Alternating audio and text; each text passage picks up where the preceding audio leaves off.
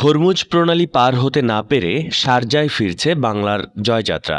মধ্যপ্রাচ্যের চলমান যুদ্ধ পরিস্থিতির উন্নতি হলেও বাংলাদেশ শিপিং কর্পোরেশন বিএসসি জাহাজ বাংলার জয়যাত্রা হরমুজ প্রণালী অতিক্রমের অনুমতি না পেয়ে সংযুক্ত আরব আমিরাতের শারজা বন্দরে ফিরে যাওয়ার পথে রয়েছে।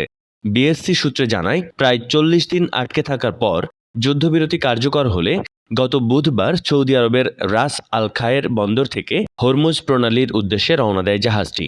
টানা প্রায় ৪০ ঘন্টা যাত্রা শেষে শুক্রবার সকালে প্রণালীর কাছাকাছি পৌঁছে ইরান সরকারের কাছে পারাপারের অনুমতি চাওয়া হয়। তবে তেহরান সেই অনুমতি দেয়নি। ফলে জাহাজটি ঘুরিয়ে নিরাপদে শারজায় ফিরে যাওয়ার নির্দেশ দেওয়া হয়েছে। বিএসসির ব্যবস্থাপনা পরিচালক কমোডর মাহমুদুল মালেক বলেন, ইরানের নির্দেশনা অনুযায়ী অনুমতি চাওয়া হলেও তা প্রত্যাখ্যাত হয়েছে। কূটনৈতিকভাবে অনুমতি পাওয়ার চেষ্টা অব্যাহত রয়েছে। বর্তমানে জাহাজটি হরমুজের কাছাকাছি অবস্থান করছে এবং পরিস্থিতি বিবেচনায় শারজায় ফিরে যেতে বলা হয়েছে। তিনি জানান, জাহাজে থাকা ৩১ জন নাবিকের জন্য পর্যাপ্ত খাদ্য মজুদ রয়েছে।